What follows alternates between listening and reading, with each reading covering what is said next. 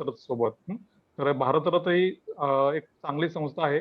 पुणे, ठाणे या ठिकाणी काम करते. तर पुणे, ठाणे या ठिकाणचे जे काही महिला बचत गट आहेत, तर त्यांनी ज्या वेगवेगळ्या वस्तू, पदार्थ जे काही बनवलेले आहेत, तर त्यांना मार्केटसाठी ते चांगल्या पद्धतीने सपोर्ट करतात आणि त्यांचा त्याच्यामध्ये खूप चांगला अनुभव आहे. आणि ह्या सर्व अनुभवाचा आणि आपल्याला फायदा होणारच आहे. त्याचबरोबर भारताची टीम आपल्या रायगड जिल्ह्यातल्या आपण जिथं काम करतो, म्हणजे म्हसळा असेल, महाड असेल, पोलादपूर असेल, श्रीवर्धन असेल, तर इथल्या एसएजीना स्वतःहून त्यांनी भेटलेले आहेत. त्यांनी आपल्या महिला बचत गट जे ज्या वस्तू बनवल्या ते स्वतःहून पाहिलेल्या आहेत. आणि काही बचत गट जोडून काही म्हणजे वस्तू बनवून ते भारताला पुण्याला ट्रान्सफर देखील करतात, जेणेकरून त्यांना मार्केट उपलब्ध होऊ शकेल. तर दर्शन सरांना, सर मी तुमचं परत एकदा मी स्वदेशच्या वतीने आणि महिला बचत गटाच्या वतीने तुमचं स्वागत करतो. आणि मी जास्त वेळ न घेता तर भारतरथबद्दल थोडस माहिती सांगून आजच्या विषयासंबंधी तुम्ही माहिती सांगण्यास सुरुवात करा ही विनंती करतो. दर्शन सर. नमस्कार. पहिलं प्रथम धन्यवाद मला या आपल्या सेशनमध्ये बोलवलं आणि जो काही आमचा अनुभव आहे आतापर्यंतचा त्याच्याबद्दल काही दोन गोष्टी मला तुमच्याबरोबर शेअर करता येतील किंवा सांगता येतील याबद्दल ही एक आम्हाला एक दिला एक प्लॅटफॉर्म, त्याच्याबद्दल धन्यवाद. मी आशा करतो की माझा आवाज सगळ्यांपर्यंत पोहोचतो आहे. क्लिअर आहे? हा सर येतोय. हो येतो, क्लिअर आवाज येतो. ग्रेट. मी जसं आता आपण सांगितलंच तसं मी थोडक्यात आधी भारतरथ बद्दल माहिती देईन. त्याच्यानंतर जे आपण आता कार्य केलेलं आहे काही महिला बचत गटांबरोबर आपण स्वदेश फाउंडेशनच्या मार्फतच त्यांच्याशी भेट घालून त्यांचे प्रोडक्ट्स आपण ट्राय केलेत आणि पुण्यामध्ये आणि ठाण्यामध्ये त्यांना आपण आणून आपल्या ग्राहकांपर्यंत पोहोचवण्याचा प्रयत्न केलेला आहे. त्याबद्दल मी थोडंसं बोलेन आणि त्यानंतर विषय हा जो आजचा आहे त्याच्याबद्दल आपण मग विस्तारित चर्चा करू आणि त्याच्यानंतरही मी लोकांना म्हणजे सगळे जे आज आपल्याबरोबर आहेत त्यांना एक आवाहन करेन की नक्कीच प्रश्न तुम्ही विचारा. त्याला जेवढं मला उत्तर देता शक्य होईल तेवढं मी नक्की करेन. मी माझ्याकडे एक प्रेझेंटेशन आहे ते मी शेअर करण्याचा प्रयत्न करतो. मला फक्त सांगा की ते तुम्हाला दिसतंय की नाही. दिख रही है दर्शन. या ओके, पूरा दिख रहा है? Yes yes. ओके. दिख रहा है. भारतरथ ही एक पूर्णपणे कंपनी आहे, फॉर प्रॉफिट कंपनी म्हणतो आपण जसं साध्या बाकीच्या कंपनीच एक रिटेल फॉर्मॅटमध्ये म्हणजे स्वस्त काय म्हणता येईल त्याला, होलसेल न करता रिटेल डायरेक्ट कस्टमर पर्यंत आपल्याला पोहोचवण्याचा आपला एक प्रयत्न आहे. गेली 2.5 वर्ष आम्ही कार्यरत आहोत आणि सुरुवातीला आम्ही शेतकऱ्यांचा जो धान्य होतं ते आम्ही घेऊन येत होतो, पुण्यामध्ये येऊन विकत होतो. ते करून झाल्यानंतर असं जाणवलं की लोकांना फक्त धान्य नको आहे, त्या धान्याचं पीठही हवंय किंवा असं धान्य हवंय की जे बाकीच्या किराणा मालांमध्ये नाही मिळत आणि आम्ही ते त्यांना आणून देऊ शकतो. पण या विचारांनी आम्हाला एक गोष्ट कळाली की त्याच्यामध्ये जोडता आल्या तर फारच सोपं होईल. तर ग्राहकांच्याकडे बघता आम्ही ठरवलं की ठीक आहे, आपण एक काम करूयात, आपण एक वेबसाईट तयार करूयात. सुदैवाने म्हणा की आमच्याकडे तसे मित्रमंडळी होती की ज्यांनी या बाबतीमध्ये आम्हाला मदत केली आणि त्यांच्या अनुभवावरनं आम्ही काही एक वेबसाईट तयार केली, एक ऍप्लिकेशन तयार केलं जे फोनमध्ये वापरता येईल आणि गेल्या 2.5 वर्षापासून आपण त्या ऍपद्वारे ज्या काही ऑर्डर्स येतील त्या आपण पुणेकरांना आणि ठाणेकरांना घरपोच पोहोचवण्याचं कार्य करत आहोत. हे करताना एक असं गोष्ट जाणवली आम्हाला की जे ग्राहक आहेत आपले त्यांना रोज लागणाऱ्या ज्या गोष्टी आहेत त्यांना अपरिहार्यपणे म्हणा किंवा जेवढी ज्या गोष्टींची जाहिरात केली जाते की नाही ही गोष्ट चांगली आहे, तर त्याच गोष्टींवरती विश्वास ठेवून ग्राहक माणूस आपण जातो आणि जे काही आपल्या जवळच्या दुकानात असेल ते घेऊन येतो.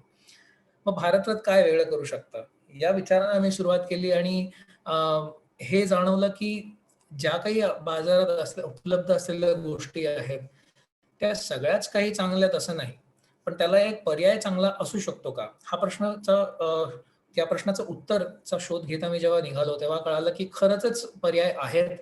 आणि आपण आता जे सगळं दिसतंय आपल्याला की बाजारात ज्या सगळ्या गोष्टी उपलब्ध आहेत त्या एकदम यांत्रिकीकरणामुळे किंवा म्हणा किंवा इतक्या मोठ्या प्रमाणात बनवण्यासाठी त्यांना काही गोष्टी कराव्या लागतात. उदाहरण द्यायचं झालं तर दुधाचेच आता किती प्रकार आलेत. पूर्वी असं नव्हतं. पूर्वी फक्त गाईचं आणि म्हशीचं असे 2च प्रकार होते. आता दुधामध्ये इतकं टक्क्याचं त्याच्यामध्ये फॅट आहे, तितक्या टक्क्याचं फॅट आहे. मग हे अजिबात फॅट शिवाय आहे, हे खूपच जास्ती फॅट आहे किंवा पावडर निघाले आहेत. तर पर्याय खूप निघालेले आहेत. तर लोकांना एकतर जाऊन ठरवायला अवघड पडतं कधी-कधी की नक्की कुठलं हवंय. पण ह्या सगळ्या करण्यामध्ये जे मूळ दुधाचे जे वैशिष्ट्य आहेत ते कुठेतरी हरवले जातात का? हा प्रश्न आम्ही विचारत असतो. आणि हे फक्त दुधाच्या बाबतीत नाही, प्रत्येक गोष्टीमध्ये आम्ही हा प्रश्न विचारतो आणि त्याचं चांगल्यातलं चांगलं जे काही उत्पादन असेल, जे काही गोष्टी असतील बाजारामध्ये त्या आम्ही ग्राहकांपर्यंत पोहोचवण्याचा प्रयत्न करतो. मग धान्यामध्ये कृत्रिम पद्धतीने बनवलेले धान्य असू देत किंवा ज्या चटण्या, लोणची खातो ते मग पाकिटामध्ये प्रिझर्व्हेटिव्ह टाकलेले न घेता घरी बनवलेले जर आपल्याला पर्याय मिळत असेल तर त्याला का नाही आपण ग्राहकांपर्यंत पोहोचवा. तर या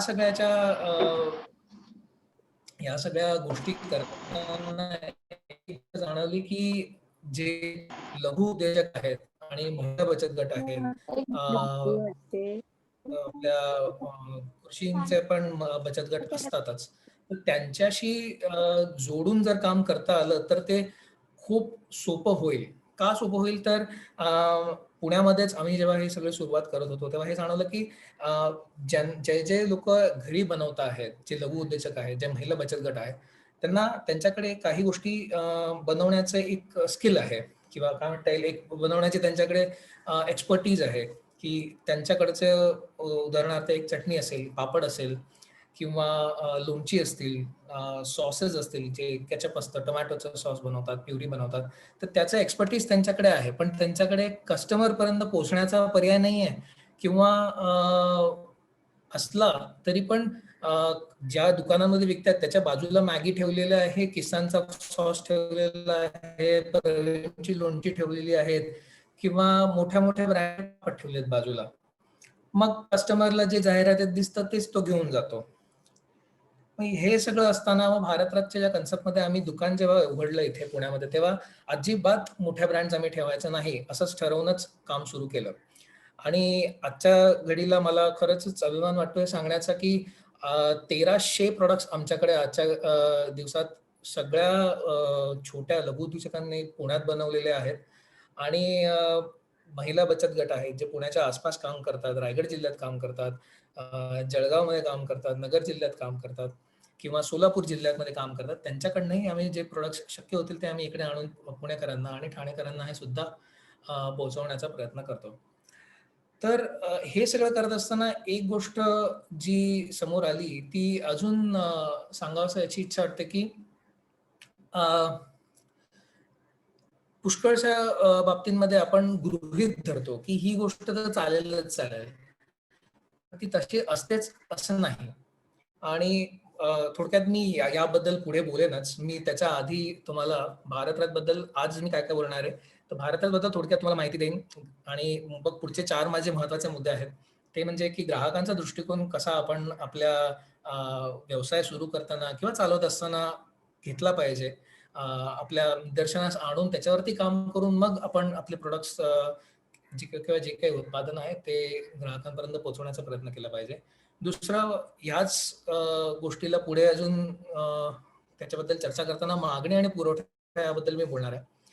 आणि पॅकेजिंग बद्दल मला सांगण्यात आलं होतं की मागच्याच आपल्या एका सेशनमध्ये आपण एका पॅकेजिंग एक्सपर्टशी संवाद साधला आणि त्यांनी आपल्याला पुष्कळशा बाबतींमध्ये मदत केली आहे समजवण्यामध्ये.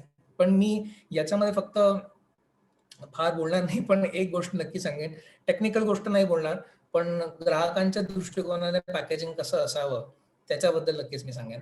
आणि शेवटचा एक गोष्ट की आपल्याला महिला बचत गटांमध्ये किंवा कोणीही नवीन व्यवसायक उद्योजक असेल त्याने काय नवीन करण्याची गरज आहे त्याच्याबद्दल मी बोलेन.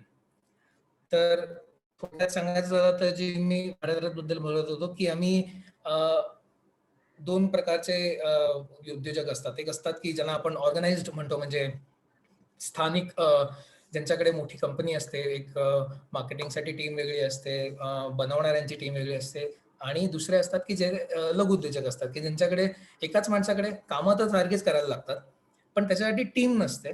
एकाच जो ज्या कुठल्याही कंपनीला कुठल्याही व्यवसायाला जो पुढे नेत असतो त्याच्याच कडे त्या सगळ्या टीमची जबाबदारी, त्या सगळ्या कामांची जबाबदारी त्यांच्याकडे असते आणि ते एकट्याने पुढे नेत असतात. अशा लोकांना ओळखण्याचा प्रयत्न करत असतो आणि त्यांचे प्रोडक्ट्स आमच्याकडे आणण्याचा प्रयत्न करत असतो की जे डायरेक्टली ग्राहकांपर्यंत नेता येईल. सध्या पुणे आणि मुंबई याच्यामध्ये आम्ही गेली 2.5 वर्षामध्ये हे काही आकडेवारी आहेत की आम्ही प्रयत्न जो आमचा आहे तो पुढे हाच सगळं काय म्हणतात जो विडा उचलला आहे या गोष्टीचा. खरे बाय डिझाईन इटसेल्फ म्हणजे ही व्यवसाय सुरू करतानाच हा चॅलेंज होता हे माहिती होतं की प्रत्येक लोकेशनवरती जाताना तसं बघायला गेलं तर बाकीच्या कंपनींना सोपं होईल.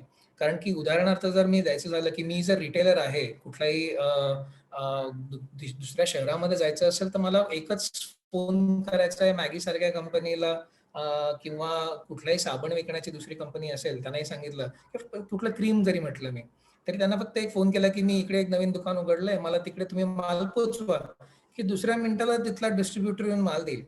पण भारतरत्नमध्ये एक चॅलेंज हा आहे की प्रयत्नच असा आहे की लघु उद्योजक आणि स्थानिक उद्योजकांना वाव मिळावी.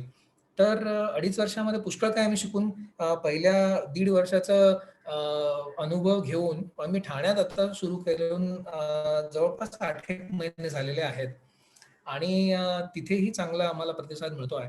येत्या काही काळामध्ये अख्खं महाराष्ट्र आम्हाला गाठायचं आहे आणि दर गावामध्ये शिरताना तिथल्या लघु उद्योजकांना आणि तिथल्या स्थानिक व्यावसायिकांना एक काय म्हणता येईल एक मंच द्यायचा आहे, एक प्लॅटफॉर्म द्यायचा आहे की ज्याच्यावरती ते त्यांच्या ग्राहकांपर्यंत पोहोचू शकतील. ही खरं एक थोडक्यात माहिती होती भारतरत्नबद्दल. तुम्हाला याबद्दल काही प्रश्न असतील तर आपण ह्या सेशनच्या शेवटी आपण त्याच्याबद्दल चर्चा अजून करूयात. जसं मी सांगत होतो गेल्या 2-2.5 महिन्यामध्ये आम्ही स्वदेश या फाउंडेशन बरोबर जे काम केलं आहे त्याच्यामध्ये जवळपास आम्ही 5 बचत गटांना आम्ही पुण्यात आणि ठाण्यात आणलेले आहेत आणि ते ग्राहकांपर्यंत पोहोचत आहोत. त्याचबद्दल काही व्हिडिओज आम्ही बनवले ते मी एकदा शेअर करतो.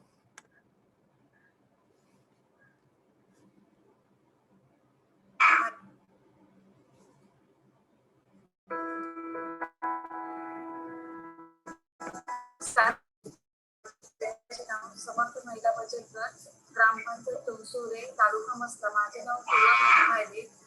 आम्ही माझ्या गटाची स्थापना 2014 झाली.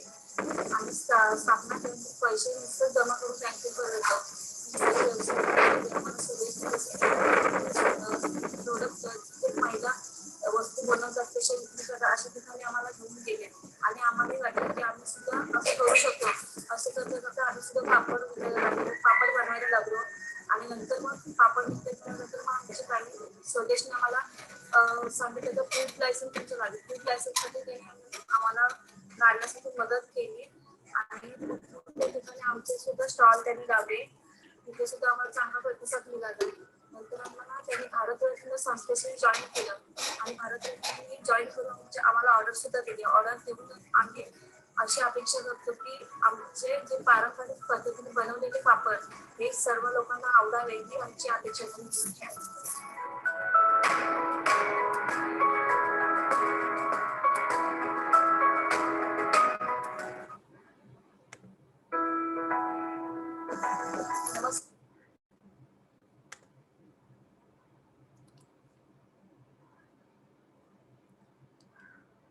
मसाळा गावातल्या महिला बचत गटांचा आपण व्हिडिओ बघितला. नमस्कार, मी सौ सारिका नरेश ताटरे, राहणार विनेरे गावातली. मग थोडंसं कापडी पिशव्यांचं एक संकल्पना डोक्यात आली. स्वदेश फाउंडेशनचे कर्मचारी मला वेळोवेळी मदत करत होते, म्हणजे सल्ला देणं किंवा कुठून रॉ मटेरियल आणता येईल तुम्हाला मॅडम, ते भेटेल, कसं भेटेल या संदर्भामध्ये स्वदेश फाउंडेशनचे कर्मचारी माझ्याबरोबर होते आणि त्यांनी मला मार्गदर्शन केल्यानंतर मी कपडा मागवला, मी कटिंग केली आणि भारतरत्न आता स्वदेश फाउंडेशन तर्फे आम्हाला भारतरत्न या कंपनीशी टायअप केलेला आहे. त्यांनी आम्हाला ऑर्डर दिलेली आहे आणि या याच्यामधनं आमचा माल ते लोक खरेदी करते आहेत आणि इथून पुढे त्यांनी मोठ्या प्रमाणामध्ये माल खरेदी करावा. आणि माझी विनंती भारतरत्नला एवढीच आहे की अशा प्रकारे मला ऑर्डर द्या मोठी, की जेणेकरून माझ्याकडनं रोजगार निर्मिती होईल. यासाठी मी तुम्हाला विनंती करते. धन्यवाद.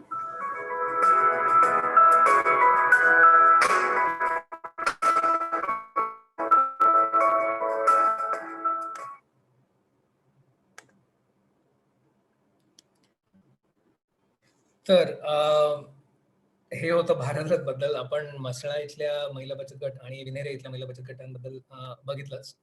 आता येऊयात आजच्या विषयावरती.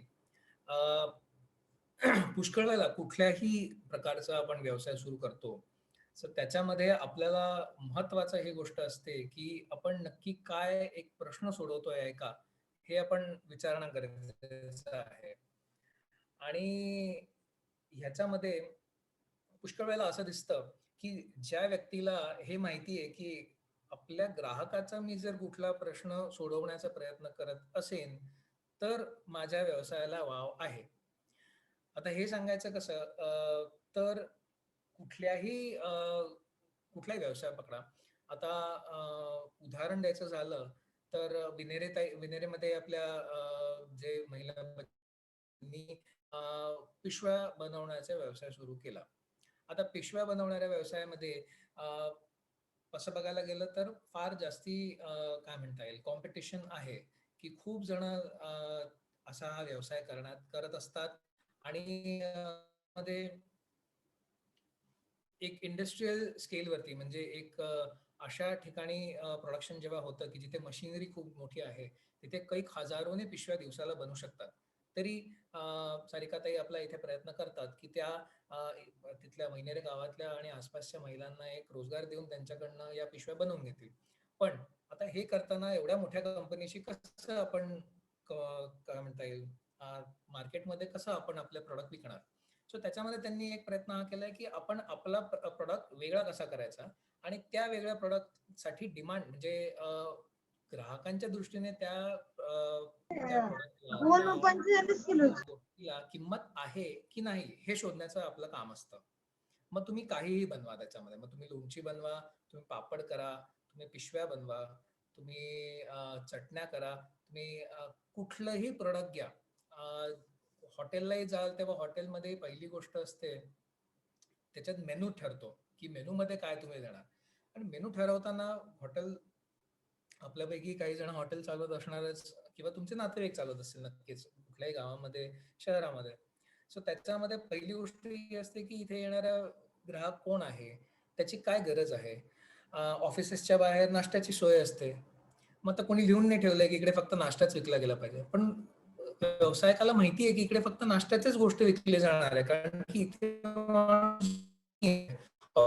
त्याला काय चहा पाण्यासाठी येतो किंवा नाश्त्यासाठी येतो, मग तीच गोष्ट ते ठेवणार. मग याबद्दल आपण नक्कीच विचार केला पाहिजे. मी इथे माझ्या प्रेझेंटेशन मध्ये 2 फोटो जे ठेवले आहेत ते याच्यामध्ये हे दोन्ही विक्रेता जे आहेत ते रिटेलर आहेत. म्हणजे इथे कस्टमर येतो त्याला काय हवंय हे तर त्याला माहिती असतंच. तो येताना ठरवून येतो, यादी घेऊन येतो की मला ही बादली घ्यायची आहे, मला एक भांड विकत घ्यायचं आहे, स्वयंपाकासाठी कढई विकत घ्यायची आहे. ते घ्यायला येत असताना बाकीच्या काय गोष्टी दिसत आहेत त्याच्यात जर माझं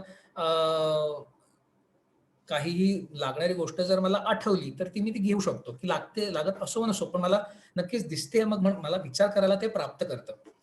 तर रिटेलमध्ये असताना माझ्या भारतरत्नचा अनुभव मी जर इथे जोडायचा झाला तर या रिटेलर्सला नक्कीच माहिती असतं की कस्टमरचा दृष्टिकोन काय आहे. ग्राहक जेव्हा त्यांच्याकडे येत असतो तर तो काय विचाराने येतो, 4 गोष्टी घ्यायच्या ठरवून येतो. घेऊन जाताना 5 नेतो का, 6 नेतो का, की 10 नेतो की 4च नेतो. तर त्याला ज्या ग्राहकाला ज्या गोष्टी हव्यात त्या मला ठेवणं अपरिहार्य आहेच आहे. पण त्या व्यतिरिक्त मी अजून काय ठेवू शकतो याच्याबद्दलही कुठल्याही व्यावसायिकाने विचार करणं गरजेचं आहे. तर हा एक मुद्दा झाला की आपण काय करतो आहे ग्राहकासाठी ह्याच्याबद्दल एक विचार करणं महत्वाचं आहे. मी पुढे सरकतो आणि मागणी आणि पुरवठा या गोष्टींबद्दल बोलतो. आता कुठलीही गोष्ट जेव्हा ग्राहकाच्या दृष्टिकोनाने बघतात तेव्हा हा प्रश्न विचारला जातो की बाबा त्याला खरंच गरज आहे का, आणि गरज असेल तर तो तेवढे त्याच्यासाठी पैसे मोजायला तयार आहे का. त्या गोष्टीला आपण मागणी म्हणू शकतो की कुठल्याही प्रोडक्टला काय मागणी आहे आणि ती प्रोडक्ट द्यायला ती मागणीला पुरवठा करणारी कोणी व्यक्ती आहे की नाही, आणि असेल तर त्यापेक्षा मी त्याच्याहून वेगळं मी काय करू शकतो. जर मी चटण्यांची उदाहरणं द्यायची झाली तर शेंगदाणा चटणी हा एक प्रसिद्ध गोष्ट आहे सोलापूरकरांची. आता सोलापूरहूनच शेंगदाणा चटणी येते, बाकीकडनं येत नाही असं नाही. पण सोलापूरची जी चटणी असते ती पाट्यावरवंट्यावरती केली तर त्याला तेल सुटतं आणि ती तेलाची चिकट चटणी सर्व ठिकाणी मिळते असं नाही, पण ती सोलापूरची फेमस आहे असं म्हणू शकतो. मग आता आपण जेव्हा म्हसळामधनं काही प्रोडक्ट आणले भारताचे तेव्हा त्यांना विचारलं की बाबा आपल्याकडे काय काय आहे, तर पापडांबरोबर त्यांच्याकडे चटणी हे एक पर्याय होता. मग विचारण्यात आल्यावरती त्यांनी सांगितलं की ही चटणी सुकी चटणी आहे, मग त्याच्यात शेंगदाणाही आहे पण पद्धत करण्याची वेगळी आहे.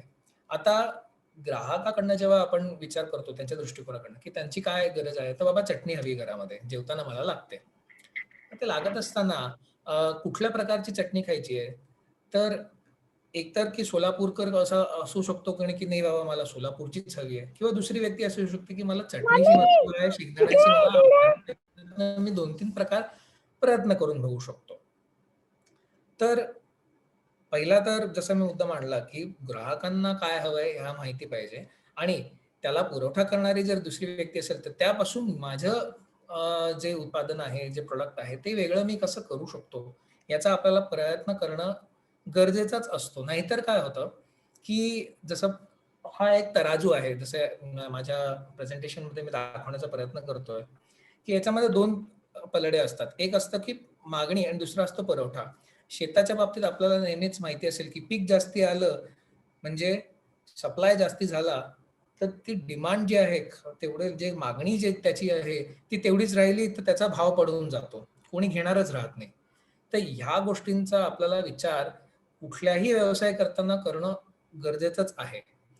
पण पिकामध्ये पर्यायच नसतो की जे आपण बियाणं टाकलं आहे शेतामध्ये त्याचाच आपल्याला मिळणार आहे, आणि ते बाकीच्यांनी किती त्याचं पीक काढलं ह्याच्यावरती आपला काहीच कंट्रोल नसतो. आपल्या हातातच नाहीये ती गोष्ट. आपण आपल्या कष्टाने आपण प्रयत्न करतो की आपल्याला जास्तीत जास्त पीक मिळावं, पण हेच सगळेच प्रयत्न करत असतात. तर कांद्याचं एक उदाहरण आहे की दरवर्षी कांदा हिवाळ्याच्या आधी किंवा त्या दरम्यान खूप जास्ती किंमत वाढून जाते. अजिबात 100 रुपये आणि 150 रुपये वगैरे किलोही विकतो. शहरांमध्ये तर नक्कीच असतोच. पण त्याला आता मार्च एप्रिलमध्ये जेव्हा पीक निघेल तेव्हा त्याला काहीच किंमत मिळत नाही, आणि लोक नाशिक, मालेगाव, लासलगाव तिथे रस्त्यावरती ते फेकून देतात की बाबा आम्हाला मिळत काहीच डिमांड मिळत नाही. पण आपण असं जेव्हा महिला बचत गट असू देत किंवा कुठलाही व्यवसाय दुसरा असू दे, जो प्रयत्न कसा करत असतो की माझ्या उत्पादनांना एक मागणी असली पाहिजे, तर त्याच्यासाठी आपल्याकडे हा पर्याय नक्कीच असतो की ग्राहकांचे आपण प्रश्न सोडवतोय का, आणि ते करत असताना मी बाकीच्या लोकांपेक्षा काय वेगळं देऊ शकतो. ठीक आहे. तर ही गोष्ट मी आतापर्यंत जी केली ती एक म्हणजे मी परत सांगण्याचा प्रयत्न करतो कारण की महत्वाचे मुद्दे आहेत. एक म्हणजे की ग्राहकांना काय हवंय, दुसरं ते देताना मी माझ्या उत्पादनामध्ये काय बदल करू शकतो. ठीक आहे. आणि तिसरं, आता लेबलवर जेव्हा म्हणतो आपण किंवा पॅकेजिंग म्हणतो याच उत्पादनांचे, तेव्हा महत्वाचा हा प्रश्न असतो की एवढ्या सगळ्या गर्दीमध्ये माझं कसं वेगळं दिसणार. तर एक तर हा पर्याय किंवा मी माझं पॅकेजिंग इतकं झटांग बनवेन, झटांग दोन शब्द वापरतोय कारण की आपण आता कुठल्याही दुकानामध्ये जाल तर तिथे वेफर्सची पाकिट लाल, पिवळी, हिरवी, भगवी कुठल्याही रंगाची दिसतात. का तर पोरांचं लक्ष त्याच्यावरती जावं किंवा हट्ट करावा त्यांनी की मला ते हवंय. तर तो एक पर्याय असतो की बाबा आतला माल मसाला तोच, सगळ्याच चव सारखी, पण त्याचा रंग वेगळा म्हणून लोक घेतील. आपण आपल्याला एवढं काही कष्ट करायची गरज नाहीये. आपल्याला माहिती आहे की ग्राहकाला काय हवंय, आणि त्यात दुसरी मुद्दा हा की आपलं उत्पादन बाकीच्या उत्पादनापेक्षा वेगळं कसं आहे. या 2 गोष्टी झाल्यानंतर तिसरी आणि महत्वाची गोष्ट की आपण एवढ्या सगळ्या गर्दीमध्ये वेगळं कसं उठून दिसू. तर दिसण्यासाठी प्रत्येक वेळेला हाच काय एकच रंगाचाच पर्याय असतो असं नाही. तर ग्राहकाच्या एकदा दृष्टिकोनातनं पण हाच मुद्दा जर आपण बघितला की बाबा माझं पॅकेजिंग वेगळं कसं दिसेल 4 लोकांच्या समोर, तर त्याच्यामध्ये कमीत कमी खर्चामध्ये कसं करता येईल. तर नुसतंच दिसणं वेगळं असं म्हणजे की कस्टमरला किंवा ग्राहकाला चांगलंच वाटेल असं काही नसतं. ग्राहकाला काय हवं असतं, चांगलं प्रॉडक्ट आणि अ, विश्वासाचं प्रॉडक्ट. म्हणजे विश्वास म्हणण्यापेक्षा भरोसेमंद की बाबा मी जे घेतोय ते जे प्रॉडक्ट आहे ते भले खाण्याची गोष्ट असू दे किंवा जसं विनेऱ्याच्या महिला बचत गटाच्या बाबतीत पिशवी असू दे. ते एक विश्वासाचं प्रॉडक्ट असलं पाहिजे की मी वापरताना मला त्याचा उपभोग घेता आला पाहिजे. मग त्या पिशवी असू दे तर ती फाटली नाही पाहिजे. ती मला घडी करून नीट ठेवता आली पाहिजे. ती दिसायला चांगली झाली पाहिजे, धुता आली पाहिजे. या गोष्टी आपण बघणं गरजेचं आहे. ते आपल्याला प्रॉडक्ट कसं आहे त्याच्यामध्ये ठरवणं गरजेचं आहे. जर मी खाद्यपदार्थांबद्दल बोलायचं झालं, तर खाद्यपदार्थांमध्ये आपल्याला हे लक्षात घेणं आहे की चव वेगळी कशी आहे. पण चव त्यांना कळण्यासाठी त्यांनी आधी ते विकत घेतलं पाहिजे. विकत घेण्यासाठी आपल्याला तो एक विश्वास जर आपल्याला बनवायचा असेल, की बाबा माझं जे उत्पादन आहे ते खरंच खूप चांगलं आहे. मला माहिती आहे की तुम्हाला उदाहरणार्थ ग्राहकाला चटणी हवी आहे. मग माझी चटणी मी ठेवली आहे. पण ती ठेवल्यानंतर ती बाकीच्यांपेक्षा वेगळी कशी आहे याची मी माहिती माझ्या लेबलवरती ठेवू शकतो. दुसरे मुद्दा हा की त्याच्यावरती सरकारने सांगितलेले जे नियमावली आहे त्याप्रमाणे माझ्या पॅकेजिंग वरती मी काय म्हणतात मॅक्सिमम रिटेल प्राइस MRP ज्याला म्हणतो. आपण दुकानात जातो तेव्हा सांगतो का मला 5 रुपयाचं बिस्किट दे. पार्लेजी उदाहरणार्थ मी घ्यायला गेलो 5 रुपयाचं. तर त्यांनी जर 6 रुपये घेतले तर मी नक्कीच त्याला प्रश्न विचारणार. किंवा तू 6 रुपये का घेतो माझ्याकडे 5 रुपये घे. कारण आपल्याला नियम माहिती की सरकारने ठरवून दिलेलं आहे की तुम्ही MRPच्या वरती विकू नाही शकत. तर ही एक गोष्ट आहे की जी ग्राहकाला पण एक विश्वास मिळतो की बाबा मला गंडवत नाहीये कोणी. मला माहितीये की मी जे 5 रुपये मोजले त्याच्यात माझ्या शेजारच्या बाईने पण घेतलं तरी तिलाही 5 रुपये लागणार. माझ्या मुलाने घेऊन आणलं तरी त्याला 5 रुपये द्यायचे. तर अशा गोष्टी काही असतात की त्याच्याने विश्वास वाढतो प्रॉडक्ट्सवरती. दुसरं म्हणजे की हे याच्यावरती FSSAIचं रजिस्ट्रेशन आहे की नाही. आता स्वदेश सारखं संस्था आहे की जी नक्कीच या गोष्टींमध्ये हेल्प करत असते महिला बचत गटांना, की खूपच चांगली गोष्ट आहे. आणि FSSAIच्या नियमानुसार आपण जर काम केलं तर कस्टमरचा म्हणजे ग्राहकांना नकळत तो विश्वास हे होतो. असंही तुम्ही ग्राहकाला विचारायला गेलात की बाबा FSSAI प्रमाणे तुमचे सगळे प्रोडक्ट्स तुम्ही घेता का बघून की नाही घेत. पण ते ग्राहक हे म्हणतात की नाही मी पॅकेजिंग डेट कधी ते पॅक केलंय हे मी बघून वाचून घेते. कधी एक्सपायर होणार आहे हेही मी वाचून घेते. कुठे बनला आहे त्याला पॅकेजिंग मध्ये फाटलं आहे की नाही, कुठून तुटलेलं आहे का आतलं, हे सगळं बघण्याचं मी काम करते. कुठल्याही ग्राहकाला तुम्ही विचारा त्यांना हेच उत्तर ते देणार की बाबा मला कुठलंही मी उत्पादन प्रॉडक्ट घेत असेल विकत तर या 4 गोष्टी नक्कीच चेक करणार. FSSAI तेच सांगतं की तुम्ही याच सगळ्या 4 गोष्टी तुम्ही देणं गरजेचं आहे. या सगळ्या गोष्टी आपण करतो तेव्हा तो ग्राहकांमध्ये एक विश्वास जोडतो आपण की कधी पॅक केलं आहे, याची एक्सपायरी कधी आहे आणि हे कुठे बनलेलं आहे. या बेसिक गोष्टी आहेत. ह्याच्याहून पुढची गोष्ट करायची असेल तर आपण आपल्या उत्पादनामध्ये काय काय घटक आहेत ह्याचं स्टडी करून त्याचं एक लॅबची टेस्ट करून की बाबा याच्यामध्ये एवढी साखर आहे, याच्यामध्ये एवढे प्रोटीन्स असतात, याच्यात एवढं फॅट आहे, याच्यात हे तेल प्रकार केलं वापरलंय, ते प्रकारचं तेल वापरलंय. तर तोही एक भाग असतो, तो खर्ची भाग आहे, तो सगळ्यांनीच करणं गरजेचं नाहीये. पण आपण स्वतःहून ग्राहकाला जर हे कळवलं की बाबा माझी शेंगदाणा चटणीमध्ये मी शेंगदाणा वापरलाय, मीठ, तेल, मिरी, जिरं, अजून 2 गोष्टी ज्या मसाल्यासाठी टाकण्याच्या गरजेच्या आहेत त्याच मी टाकल्या आहेत. आणि जर तुम्ही प्रिझर्वेटिव्हही वापरत असाल तर ते त्याच्यावरती लिहिणं गरजेचं आहे किंवा मी प्रिझर्वेटिव्ह टाकलंय त्याच्यामध्ये. ह्याच्याने एक विश्वास बनतो ग्राहकाबरोबर आणि ग्राहक आपलं प्रोडक्ट पहिल्यांदा ट्राय करायला ठरवतो. तर पॅकेजिंग फक्त एकच की ते सेफ म्हणजे बाकीच्या हवामानापासून आपलं प्रोडक्ट बचावून ठेवणं, ट्रान्सपोर्टमध्ये त्याला एका आपल्या उत्पादनाच्या ठिकाणून ग्राहकापर्यंत पोहोचताना त्याचं आतल्या उत्पादनाला आतल्या प्रॉडक्टला काही त्रास न होणं आणि पहिल्यांदा ग्राहक जेव्हा विकत घेतो त्याच्यासाठी तो विश्वास बनवणं एवढंच त्याचं काम असतं. त्याच्या पुढे काम कोण करतं, तर आपलं स्वतः प्रोडक्ट काम करतं, की जेव्हा ती चटणी, ते लोणचं, ते पापड जेव्हा कस्टमर खातो, ग्राहक खातो, पिशवी असेल, पिशवी वापरून बघतो, तेव्हा त्यांना कळतं की त्याची खरंच ती किती गोष्ट चांगली आहे आणि त्याचं त्याला आणि ते जर त्याला ग्राहक जर त्या गोष्टीसाठी खुश असेल तर नक्कीच तो परत येणार आणि तुमचा प्रोडक्ट घेणार. तर ह्या गोष्टींचा आपण जर विचार करून ठेवलात तर फारच उत्तम होईल. मी आतापर्यंत परत मी रिपीट करतो, परत एकदा सांगतो की 3 गोष्टींवरती बोललो आपण. एक म्हणजे की ग्राहकाचा दृष्टिकोनाने आपल्याकडे बघायला लागतं की एक्झॅक्टली काय आपल्याला हवंय. दुसरं, ते आपल्याला कळल्यानंतर आपण बाकीच्या पेक्षा आपण काय वेगळं देऊ शकतो. आणि तिसरं, की आपण जे पॅकेजिंग तयार करतो त्याच्यामध्ये आपण किती विश्वास आपल्या ग्राहकामध्ये बनवतो आहे आणि त्या विश्वासाने आणि मग पॅकेजिंग च नाहीये, मग ते आपलं उत्पादनाचं काम आहे की ते परत तो आपल्याकडनं घ्यायला येईल, तीच सवयीसाठी, त्याच गोष्टींचा उपभोग घेण्यासाठी. आणि माझा शेवटचा मुद्दा हा की आपण हे सगळं करायला काय काय गोष्टी मध्ये आपण आपला बचत गट आपण सुधारणा करू शकतो. पुष्कळदा कसं होतं की माझ्याकडे माझ्या माहितीचं एकच मला गोष्ट येते. उदाहरणार्थ की बाबा मला माझ्या आजीने खूप चांगलं लोणचं करायला शिकवलं होतं आणि माझ्या आईला पण माझं लोणचं आवडतं, इतकं मी चांगलं करते. आणि हे करत असताना 4 लोक मला म्हणायला लागले की मी किलो बनवून लोणचं तुम्ही फार छान करता, मला द्या बनवून. तुम्ही त्याची सुरुवात केली आणि त्याच्यानंतर कळालं की खरंच हे इतकं चांगलं आहे की याचा कदाचित व्यवसाय करता येऊ शकतो. आता कैरीच्या लोणच्याला वाव आहे की नाही हा आपण आजूबाजूच्यांना आणि घरच्यांना विचारला तर हो आहे. कारण की आपलं वेगळंच लागतं, लोकांनी घरी बनवल्यासारखं नाही आहे. माझ्या हाताची चव वेगळी आहे आणि म्हणून लोक घेतात माझ्याकडनं. बरोबर, आपण तेही करायला सुरुवात केली आणि आसपासच्या गावांमध्ये किंवा स्वदेश सारख्या संस्थेचं मदत घेऊन FSSAI वगैरे करून करूनही आपण जर विकण्याचा प्रयत्न केला तरी विकल्यानंतर आपल्याला जाणवतं की बाबा आपलं उत्पादन जे आहे ते महिन्याचं उदाहरणार्थ 20,000 रुपयापर्यंतचा माल घेऊन आपण बनवतो आणि विकताना आपण 30,000 पर्यंत विकतो.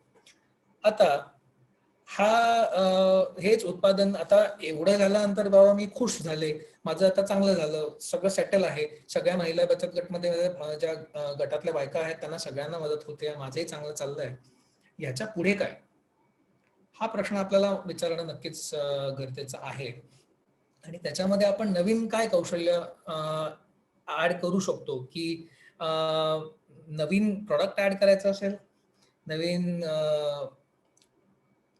पॅकेजिंग तर मी म्हणणार नाही, कारण की शेवटी चव आपल्या प्रोडक्टलाच असते. पॅकेजिंग कितीही तुम्ही सुधारलं तरी ते एकदाच विकत घेतलं जाईल. जर आतली चव चांगली नसेल तर तो ग्राहक परत येणारच नाही. म्हणून तुम्ही कितीही काम बाहेरच्या देखरेखावाला मेकअपला केलं त्या प्रोडक्टच्या, तरी पण रिपीट कस्टमर येण्यासाठी, परत ग्राहकने आपल्याकडे येण्यासाठी आपल्याला आपल्या उत्पादनावरतीच काम करणं गरजेचं आहे. आणि ते करण्यासाठी जर आपल्याला नवीन काही गोष्टी शिकायच्या असतील तर त्या नक्कीच आपण शिकल्या पाहिजे आणि त्यानुसार काम पुढे गेलं पाहिजे. आता हे करताना आपण कोणाची मदत घ्यायची? अर्थात ग्राहकांसमोर जसं मी पहिल्यांदा दाखवलं होतं की जे रिटेलर्स आहेत, जे दुकानदार आहेत, त्यांना माहिती असतं की कस्टमरला, ग्राहकाला काय हवंय आणि त्याच गोष्टी ते पुढे आणून ठेवतात सगळ्या गोष्टी किंवा लटकवून ठेवतात समोर, की दुरूनही ग्राहकाला दिसेल की अच्छा हे यांच्याकडे आहे. किंवा मी आलो, मला घ्यायचं होतं एक गोष्ट आणि दिसले आहे किंवा ह्या ब्रेडचा पुडा आहे, हे काहीतरी आहे, ते सगळं समोरच ठेवले असतं, अंडी ठेवलेली असतात कधी, की बाबा जे ग्राहकाला जे न विचार करता जो गोष्ट आली ती पण दिसून तो विकत घेईल. म्हणण्याचा मुद्दा हा की या दुकानदारांना नक्कीच माहिती असतं की सध्या ग्राहकांना काय हवंय आणि मग आपण त्यांच्या मदतीने पण आपण विचारू शकतो की बाबा मी लोणची विकून तर झाली माझी, एवढं उत्पादन आहे, एवढं चाललंय, पण मला याच्या पुढे काय करायचंय, किंवा नवीन मला जर काही गोष्टी शिकायच्या असेल, माझ्या बरोबरच्या आहेत मैत्रिणी 2-4 आणि महिला बचत गट सुरू करायचा आहे, व्यवसाय सुरू करायचा आहे, मला माझा हात शिवणकामामध्ये चांगला असेल, माझा हात पापड बनवण्यामध्ये चांगला असेल, पण नक्की कुठला पापड बनवला पाहिजे, किंवा पिशव्या बनवायच्या असतील तर नक्की कुठल्या प्रकारच्या पिशव्या बनवल्या पाहिजे, लोणची करायची असेल तर कुठल्या प्रकारची लोणची, ह्याच्यासाठी जर आपण जे दुकानदार आहेत, रिटेलर्स आहेत, ह्यांच्याकडनं जर आपण एक विषय त्यांच्याबरोबर जर शेअर करून त्यांच्यासमोर मांडून जर त्यांची मतं घेतली, तर आपल्याला उपयोग हा होतो की ग्राहकांना काय हवंय ते कळतं आणि दुकानात ऑलरेडी काय आहे त्यांच्याकडे विकण्यासाठी ते कळतं आणि त्याच्यापासून आपण वेगळं काय करू शकतो हे जेव्हा आपल्याला कळतं तेव्हा आपल्याला शुअर शॉट म्हणजे नक्की माहिती असतं की मी जे बनवेन तेच विकलं जाईल. आणि ते करण्यासाठी माझ्या मते कौशल्य जे आपलं नवीन शिकणं गरजेचं आहे ते अपरिहार्यपणे करणं फारच चांगली गोष्ट होईल. आणि ह्याच्यामध्ये माझ्या मते स्वदेश सारख्या संस्थांची मदत होतच राहील आपल्याला. आशा करतो की तुम्हाला माझं बोलणं समजलं असावं. याबद्दल जर आपल्याकडे प्रश्न असतील तर नक्कीच विचारू शकता. माझ्याकडे वेळ आहे, माझ्यामध्ये 10 मिनिटं तरी आहेत. आपण चर्चा करू शकतो. धन्यवाद.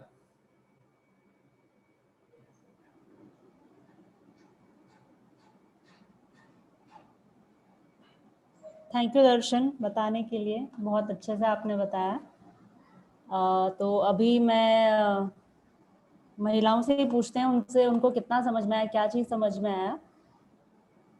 तो 1 मिनट है। हॅलो, जसं नमस्कार. की हा मी स्वदेशमधूनच बोलतेय. जसं की आता सरांनी सांगितलं तर महिलांना काही प्रश्न असतील याच्याबद्दल तर विचारू शकता महिला.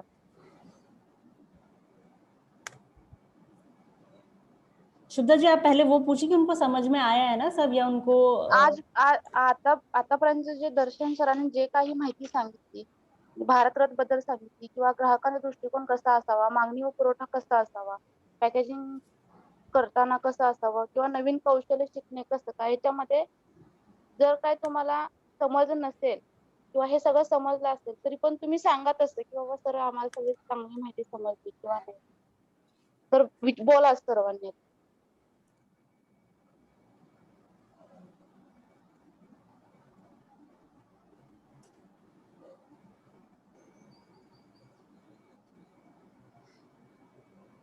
सबको अच्छे से समझ में आया है मतलब? सर्वांना समजलं आहे असं वाटत आहे महिलांमध्ये. हैंड रेस किया है ये ओप्पो F1S से कोई है शुभदा जी, आप पूछे ना उनसे। Hello sir. हॅलो. हा, गोळे कोण बोला. हा मॅडम, जी हा, बोला. आम्हाला काय माहिती साहेबांनी सांगितली त्यातले समजले. ओके, आई तुम्हाला काय प्रश्न वगैरे काय विचारायचे आहेत का? नाही काय नाही विचारायचं, आम्हाला त्यातलं पटलंय. ओके चांगल्या प्रकारे त्यांनी मार्गदर्शन केले. धन्यवाद. ओके, थँक्यू आई. छान वाटलं ऐकून की तुम्हाला कळालं आहे. मी विचारू शकतो का की आपण काय करता? आई तुम्ही सांगा काय करता तुम्ही, बचत गट वगैरे काय? चालू केलंय. स्वदेश मित्र म्हणून काम करते मी. बरं, छान.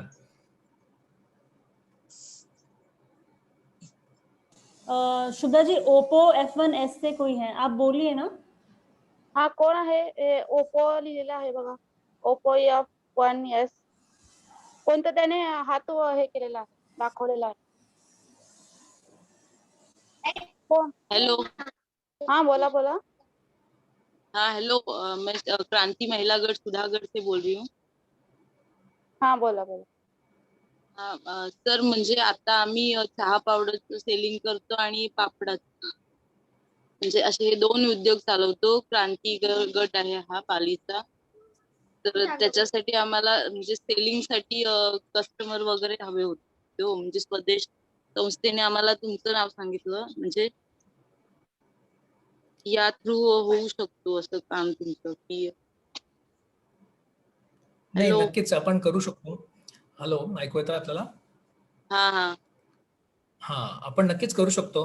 मी शालिनीजींना सांगतोच की तुमचे प्रोडक्ट्स आणि बाकीच्या माहिती ते माझ्यापर्यंत पोहोचवतील.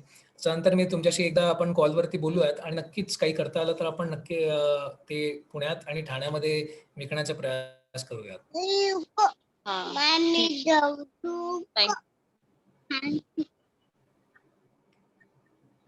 हॅलो हॅलो हा साक्षीजी बोला. बोला हॅलो बोला साक्षी शिंदे हा बोला. मी वनिता शिंदे बोलते सर. नमस्कार वनिताजी. साक्षी शिंदे नाही, साक्षी शिंदे. हा आता गेल्या महिन्यात म्हणजे आम्ही तुमच्याकडे जे आम्ही प्रोडक्ट पाठवलेलं त्याच्याबद्दल मला बोलायचं होतं. हॅलो बोला बोला. हॅलो बोला आवाज येतो. आवाज बोला. येतोय का मला? हा येतो हा बोला. तर मी दर्शन सरांना म्हणजे धन्यवाद देते की त्यांनी आमचं प्रोडक्ट खूप छान पद्धतीने हँडल केलं आणि त्यांची आम्हाला परतफेड सुद्धा मिळाली. आम्हाला खूप आनंद झाला आमच्या महिलांना की आम्ही केलेल्याच चीज झालं आणि त्यांच्यापर्यंत आमचे प्रोडक्ट गेले. आणि त्यांनी आम्हाला खूप छान पद्धतीने तिथे ज्या आमच्या महिला घेऊन गेलेल्या पुण्यामध्ये त्यांना पण चांगल्या पद्धतीने त्यांच्याशी बोलून त्यांच्याकडनं ते माल घेऊन आम्ही घरी पोहोचलो की नाही त्यांनी फोन केला. त्याबद्दल धन्यवाद सर. आम्हाला खूप नाही नक्कीच धन्यवाद. आपण एवढंच बोलायचं. परतही काम करणार आहोत. दुसऱ्या ऑर्डर वरती काम चालू आहे. तुम्हाला काही दिवसातच दुसरी ऑर्डर हा. पण आपण देऊयात. सध्या जे आहे ते हो. लॉकडाऊनमुळे थोडंसं आपलं गडबडलंय, पण नक्कीच रेग्युलरली आपण आपल्याकडनं प्रोडक्ट्स घेऊयात. ठीक आहे. Thank you sir. Thank you. Hello sir. Hello sir. नमस्कार हा सर. बोला. नमस्कार. नमस्कार. मी पोलादपूरमधून दिविलगाव आमचं. माझं नाव सविता सुभाष जगताप. शिवकृपा महिला समूह आहे आमचं, महिला बचत गट. आपले स्वदेश करून ट्रेनिंग घेतली आपण दुधापासून पनीर, बासुंदी, पेढे बनवण्याचं. तर आम्ही सध्या पनीर, बासुंदी वगैरे आमची विक्री चालू आहे. चांगला रिस्पॉन्स आहे आम्हाला, पण ते पुढे मार्केटिंगचा प्रॉब्लेम आहेच. तर तुम्ही काही मदत कराल तर बघा. नाही नक्कीच नक्कीच आपण करूयात. शालिनी जी अगर आप इन सबसे सारी डिटेल्स मेरे जो है करंट मार्केट में उसका एक लिस्ट आपसे शेयर किया था पहले. If you're able to share that, then we can always find new people and join all the products here at Pune and Thane. So please do consider those things. ठीक है, तो list है हमारे pass, आया है दर्शन, तो सिर्फ quantities essays करना बाकी है. वो लिस्ट मैं शेअर कर दूंगी आपके साथ. सविताजी, मी शालिनीजींना सांगतो, ते नक्कीच तुमच्याशी गोष्टी करून कळवतील. आणि तुम्ही माहिती दिली त्याच्याबद्दल आभारी आहोत. आणि खूप छान माहिती दिलात तुम्ही. सगळी व्यवस्थित अगदी माहिती आम्हाला समजली आणि ह्याच माहितीची आम्हाला आवश्यकता होती आणि ती तुम्ही दिलीत. धन्यवाद. धन्यवाद.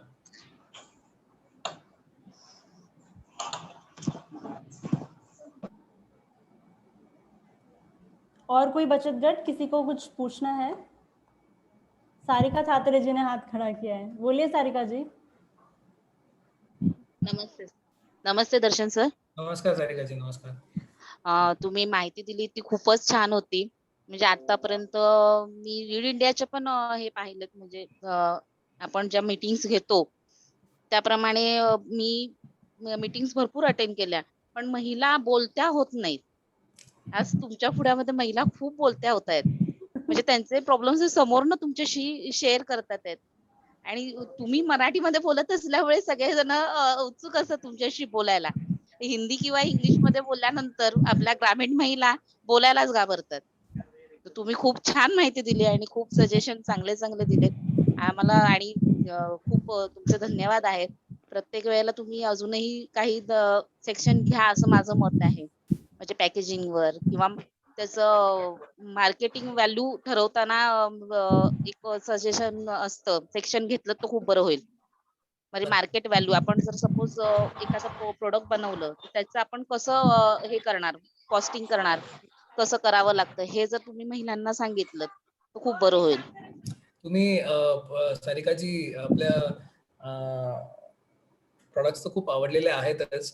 मी जसं सांगत होतो आता की सध्याचं लॉकडाऊन आणि या सिच्युएशनमुळे तेवढा उठाव नाही मिळाला जेवढा अपेक्षित होता. पण येत्या काळामध्ये आपण त्याच्यावर नक्कीच काम करू आणि आपल्या इकडनं आपण तर सॅम्पल्स बरेच पाठवलेलेच आहेत. आपल्या पिशव्या आम्ही रोज दर कस्टमरला आमचं ऑनलाईन आहे, तर प्रत्येक कस्टमरच्या घरी आपल्या हाताने भरलेली पिशवी जाते. आणि एक मुद्दा तुम्ही जो मांडला की पुढच्या वेळेला आपण हे सेशन केलं पाहिजे. एक गोष्ट माझी मला हे सांगायचं आहे की भारतरत्नकडनं आमचा जो पर्याय आहे, प्रयत्न आहे हाच आहे की लघु उद्योजक, महिला बचत गट आणि शेतकरी म्हणा.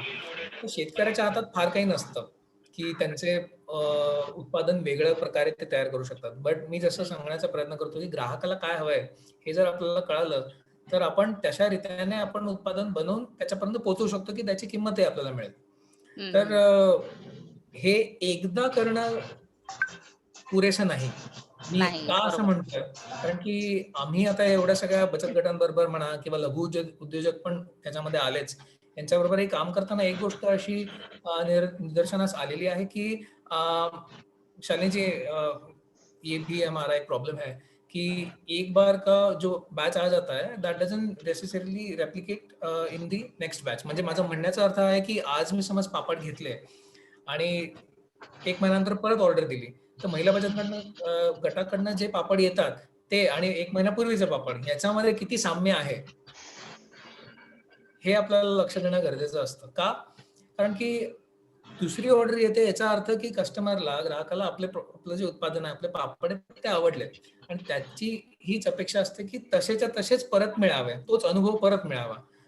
तसंच्या तसं जर आपली रेसिपी नसेल आणि त्याच्यामध्ये जर काही तफावत असेल की आपण माझ्या मते बचत गटांमध्ये पण काही गोष्टी त्यांना घरी जाऊन करून या किंवा 8 महिला असतील तर 4 जणांनी एवढे पापड आणि उरलेल्या 4नी तेवढे पापड करून यावे. पण मग त्याच्यामध्ये काय होऊन जातं की सेम समज 50 पापडाचे पाकिटं बनवायचे असेल, 25 या 4 महिला आणि 25 त्या 4 महिला बनवतात, तर ते 25 पापडांची पाकिटं सारखी नाही दिसत. हे तर सोडूनच जातं की मागच्या महिन्यामध्ये जी ऑर्डर होती त्याचे जे 25 पापड या 25 पापडांची मिल नाही खात. तर इथे आपल्याला एक जर कळालेलं आहे तर मी स्वदेशच्या माध्यमातून तुम्हाला हे सांगू इच्छितो आणि माझ्या मते स्वदेशही या गोष्टीवरती काम करत असावंच. तुम्हाला ट्रेनिंग आणि नवीन कौशल्य वगैरे आहे याच्याबद्दल ते करत असेल. पण एक सजेशन म्हणून म्हणा की लिहून ठेवा की आपण काय केलं होतं. पापड ऑर्डर आली आहे तर ऑर्डर करा, पटापट करा आणि देऊन टाका. झालं बाबा, आपले पैसे येतात का नाही त्याची एक चिंता असते, पण ऑर्डर तर आली, पैसेही आले, चला झालंय, पहिलं झालं, आता दुसऱ्यासाठी काम करू. मग ते परत नवीन पहिल्यापासून सुरू करण्यापेक्षा पहिल्या वेळेला आपलं काय चाललं होतं याचा विचार करणं गरजेचं आहे. अजून मी जर तुमचे 2 मिनिटं घेतले तर उदाहरणार्थ मी समज 2 प्रकारचे पापड मागितले, पोहा पापड आणि तांदूळ पापड. तांदूळ पापडची परत ऑर्डर आली, पोहा पापडची नाही आली. याचा अर्थ की ग्राहकाला तुमचे पोहा पापडपेक्षा तांदूळ पापड जास्ती आवडले. तशी गोष्ट असताना मग आपला पोहा पापड जर माझ्याकडे लिहिलेलं असेल तर मी जाऊन बघू शकतो की बाबा ह्या पोहा पापडचं बनवताना काय गोष्टी झाल्या होत्या, तिखट जास्ती झालं, जिरं कमी पडलं किंवा नीट वाळवलं गेलं नाही का पॅकेजिंग खराब होतं की तुटलेच पापड माझे पोचताना. या गोष्टींबद्दल आपण विचार करू शकतो जर आपल्याकडे त्याची नोंद असेल तर. आणि त्याच्यानंतर पुढच्या ऑर्डरमध्ये आपण त्याच्यामध्ये काही काय म्हणता येईल इम्प्रूव्हमेंट म्हणजे त्याच्यात काही सुधार करून आपल्याला ते जर ग्राहकापर्यंत पोहोचवता आले तर चांगलं होऊ शकतं. पण याची काळजी आपल्यालाच घ्यायला लागेल आणि आपल्यालाच ते नोट करून ठेवायला लागेल दर वेळेला की आपण काय केलं होतं मागच्या वेळेला आणि या वेळेला आपण तेच करतो आहे की नाही. जर जर आपलं उत्पादन परत ऑर्डर आली आहे तर मग आपण मागच्या वेळेला केलं बरोबर आहे, नाही आली आहे तर काय चुकलं होतं हे जर आपल्याला कळालं तर आपल्याला प्रगती होईल तिकडनं, ना की आपण त्याच चुका परत करू. शालिनी जी, आप इन स्ट्रैटेजीज पे कुछ काम कर रहे हो थ्रू स्वदेश या सो अभी हमारा फिलहाल तो फाइनेंशियल लिटरेसी का मेन है ताकि वो एटलीस्ट ये सब चीजें पहले जाने.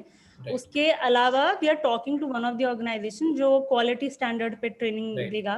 बट अभी we are just in planning of that because of lockdown we have just avoided it. But ये बहुत अच्छा पॉइंट है आपका कि क्वालिटी मेंटेन कैसे रखनी है एंड ऑल्सो सेम टाइम पे सप्लाई और ये कैसा रहेगा डिमांड के अकॉर्डिंग वो उतना ही उस तरीके से स्टैंडर्ड होना चाहिए. तो उन प्रैक्टिसेस पे हम काम कर रहे हैं कि ट्रेनिंग हम दे सकें प्रैक्टिकली. लाइक अभी हम वर्चुअली कर रहे हैं, वो सिर्फ समझने के लिए कि ये क्यों ज़रूरी है. जब हम कोई मार्केट कर रहे हैं किसी प्रोडक्ट को फॉर्मल मार्केट्स में जैसे सिटीज़ में या इन जनरल किसी शॉप्स में, रिटेल में हो या होलसेल में। तो अभी हम प्रैक्टिसेस को आगे उनको ट्रेनिंग ज़रूर देंगे, बट आपसे ये जाना बहुत ज़रूरी था, उसके लिए थैंक यू सो मच दर्शन। तो और कोई अगर बचत गट है जिन्हें कुछ पूछना है तो आप लोग अपने सवाल पूछ सकते हैं। हेलो, हाँ बोलिए भाई, कौन है? हेलो मेघा जी, आपको कुछ बोलना है क्या? हेलो, हाँ मेघा जी बोलिए। हेलो, नमस्ते मैम। नमस्ते। तुम्हें हेलो, हाँ। वो जो अभी ये जो भारत रत्न का जो कंपनी का मतलब बोल रहे हैं, उसमें क्या हम हमारे पशु खाद का भी कुछ प्रोडक्ट दे सकते हैं क्या? तो आप दर्शन जी से एक बार पूछ लीजिए, आप मराठी में बोल सकते हैं, आप अच्छा। हिंदी मराठी, बट मराठी में, ताकि और भी लोग समझ सके, तो आप मराठी अच्छा में दर्शन जी से पूछ लीजिए। जी, नमस्कार दर्शन सर। नमस्कार मेघाजी, नमस्कार. आम्ही पशुखाद्याचा उद्योग करतो, चांदवे खुर्द गणेशवाडी महाडमधून. बर. आमचा कालिका माता महिला बचत गट आहे. पशुखाद्याचा उद्योग करतो आम्ही. तर आमचं पशुखाद्यासाठी भारत रत्न एक प्लॅटफॉर्म असेल का? नक्कीच असेल, बट आज नाही. आणि आज नाही का, कारण की सध्या आमचा जो व्यवसाय आहे तो पुणे आणि ठाणे शहरामध्ये आहे. तर पशुखाद्य जर कुत्रे आणि मांजरींबद्दलच असेल तर मी नक्कीच हो म्हणू शकतो. पण जर ते मतदानमध्ये जर गाई म्हशी असतील, बैल असेल, गाई म्हशीसाठी असतील, तर तेवढे ग्राहक पुणे आणि ठाणे शहरात नाही आहेत आणि म्हणून सध्या नाही करता येणार. Okay, thank you sir. थँक्यू. पण मी जसं म्हटलं, सध्या नाही. अपेक्षा माझी अशी आहे की काही वर्षांमध्ये आपण नक्कीच छोट्या छोट्या शहरांपर्यंतही पोहोचू तेव्हा नक्कीच आपण अशा गोष्टी आपल्याकडे असलेले आपण पोहोचूयात नक्कीच ग्राहकांपर्यंत. नक्कीच. और किसी को कोई सवाल? हेलो मैडम, नमस्कार. नमस्ते. नमस्ते वैशाली ताई. हा बोला.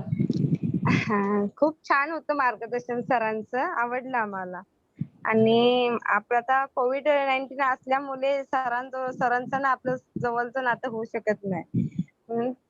ह्याच्यानंतर आम्ही सरांना प्रत्यक्षात भेट देऊ. नक्कीच, नक्कीच.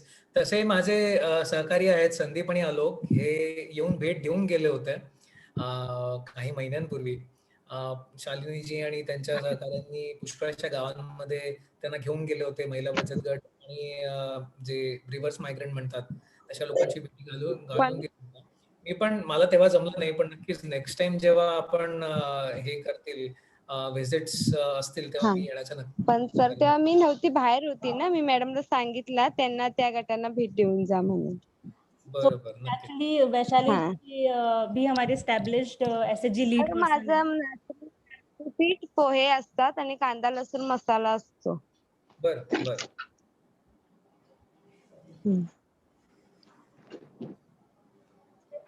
थँक्यू.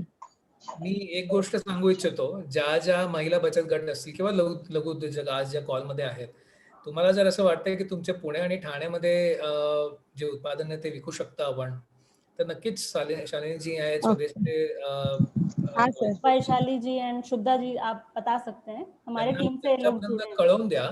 शुभदा जी आहेत, त्यांचं नाव मला दिसतंय म्हणून मी म्हणतोय, बाबा आमच्याकडे हे प्रोजेक्ट होऊ शकतं का. मला एक ठिकाणी जर सगळ्या गोष्टी मिळाल्यात, जसं आपण ऑलरेडी 5 जणांबरोबर काम केलेलं आहे, तसं अजून बाकीच्यांबरोबर करता येईल आपल्याला. तर डिटेल्स तुम्ही पोहोचवा त्यांच्यापर्यंत, माझ्यापर्यंत येतील आणि मग आपण नक्कीच त्याच्या पुढे काय करता येईल ते बघूया. नक्कीच नक्कीच सर. तुमचे जे काही प्रोडक्ट आहेत ते आम्ही माहिती सांगितलेली आहे बऱ्यापैकी मराठी, ते आता सध्या तयारीला पण लागलेले आहेत. ओके. शुभदा जी आप देखिए, और किसी को सवाल है या फिर अगर आणखी कोणाला विचारायचं आहे की स्वदेश मधले जे काही मेंबर जॉईन झाले त्यांना कोणाला प्रश्न विचारायचे असतील तरी विचारू शकता. दीपेश सर आहेत, गणपती सर आहेत, मेघना मॅडम आहेत, दीपक मोरे, गायत्री जी, अगर आप लोगों को भी कोई सवाल है तो आप पूछ सकते हैं. अगर कल को चल के आपको बचत गट को कुछ बताना हुआ तो आप पूछ सकते हैं. माझं असं म्हणणं होतं की आपण आता ते लोणचं किंवा पापड वगैरे आहेत तर एक सेम सगळ्यांची क्वालिटी सेम येण्यासाठी आपण चाललो होतं की ट्रेनिंग त्यांना देऊया काय प्रमाण काय असेल तर ते कधीपर्यंत आपण करू शकतो. तो ये हाँ तो ये गायत्री जी इसके लिए मैं आपको सेपरेटली बताती हूँ. मैं सेशन से रिलेटेड अगर आपको कोई सवाल है अलग से तो आप वो पूछ सकते हैं. ट्रेनिंग का जो है वो पार्ट स्वदेश आपको बताएगा अभी SHG. ओके ओके ठीक है. जी. और कोई किसी को प्रश्न है जो भी आज जैसे दर्शन जी ने बताया है.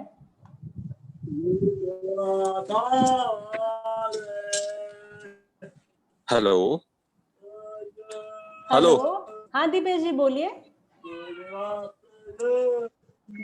हेलो. सेशन खूप चांगलं झालं. हॅलो हाँ येतोय ना बोलिए. आवाज? ये हाँ येतोय. बोला, येतोय तुमचा आवाज. हा सेशन आजचं जे सेशन आहे ते खूप चांगलं झालं. माझे जवळजवळ 1-2 बचत झाले होते, पण अजून एक बचत गट नेटवर्कमुळे झाले नाहीत जॉईन, पण ते ऍक्च्युली SHGच्या माध्यमातून काही उद्योग करतायत. तर त्यांच्यासाठी हा प्लॅटफॉर्म नक्कीच असू शकतो. ह्या गोष्टी मी त्यांच्यापर्यंत पोहोचवेन. आलं लक्षात. आणि आता आपलं स्वदेश सबस्क्रिप्शन आहे ना, त्यामुळे ते बघतात नंतर. जी. Hello hello. Hello Shalini madam. हाँ संदीप जी बोलिए. Hello Sudarshan sir. एक मिनिट. मॅडम मगाशी मेघाताईंनी जो प्रश्न विचारला होता जनावरांच्या खाद्यासंदर्भात, तर सरांनी त्यांना एक नवीनच संकल्पना काहीतरी सूचित केली की कुत्रा आणि मांजर हे शहरा ठिकाणी जास्त प्रमाणात पाळली जातात आणि त्यांनाही खाद्य लागतच की, ठीक आहे ना. मग तशा अनुषंगाने आपण काहीतरी वेगळं काही प्रोडक्ट निर्माण करू शकतोय काय, अशा पद्धतीने काही ट्रेनिंग देता येऊ शकेल का, असं काहीतरी इनोव्हेटिव्ह करता येईल का? तर या संदर्भात थोडं गायडन्स आता नाही थोड्या वेळाने किंवा नंतरच्या सेशन मध्ये मिळालं तरी चालेल. ठीक है, सेशन के बाद मैं आपसे बात करूंगी. और संदीप जी म्हणत होते ना, मी माझ्या मते माझ्या सेशन. Hello Sudarshan sir. नमस्कार. मी फक्त 1 सेकंड घेतो तुमचा. सारच माझ्या सेशनचा हा होता की तुम्ही विचारा एक्झॅक्टली की ग्राहकाला काय पाहिजे आणि ते जर तुम्हाला बनवता आलं तर तिथे तुमचा हात पकडणारं कोणी नाही. मग तुमचा नक्कीच व्यवसाय चालणं म्हणजे पर्यायच नाही त्याला चालण्याशिवाय. कारण की जे ग्राहकाला पाहिजे ते जर तुम्ही बनवत असाल तर ग्राहक नक्की सर, नक्की. कोणाचा तरी प्रश्न नक्की प्रयत्न होईल. विनायक शिर्के.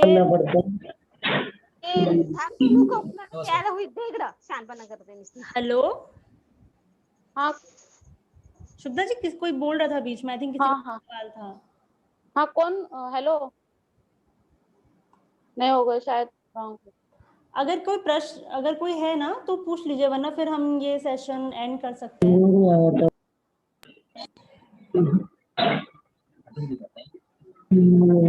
शुक्र कुमार. हेलो कौन? हेलो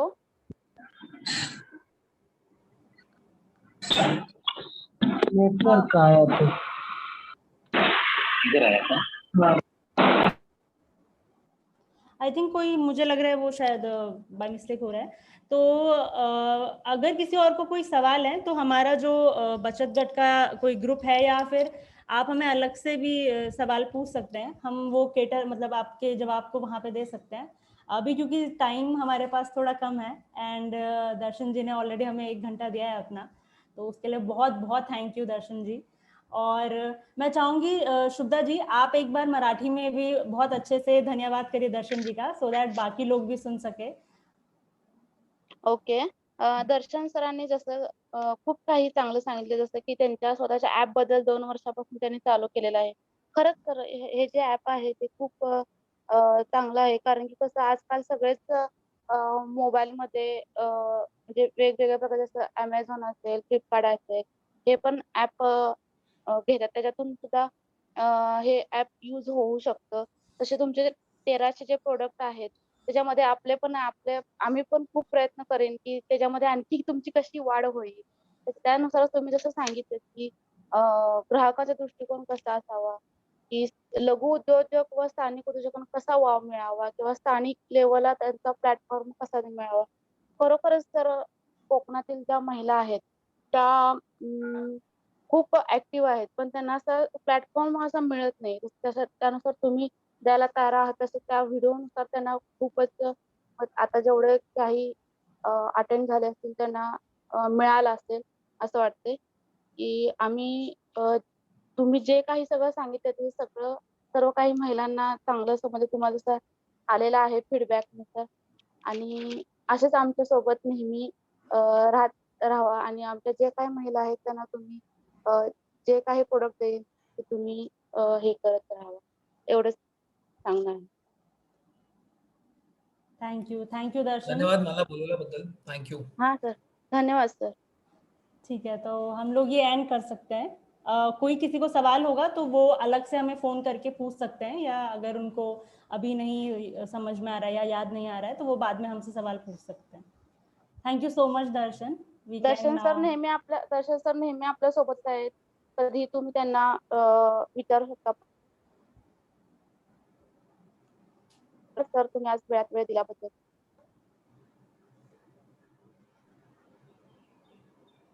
शुभदा जी, मैं एंड करूं सेशन?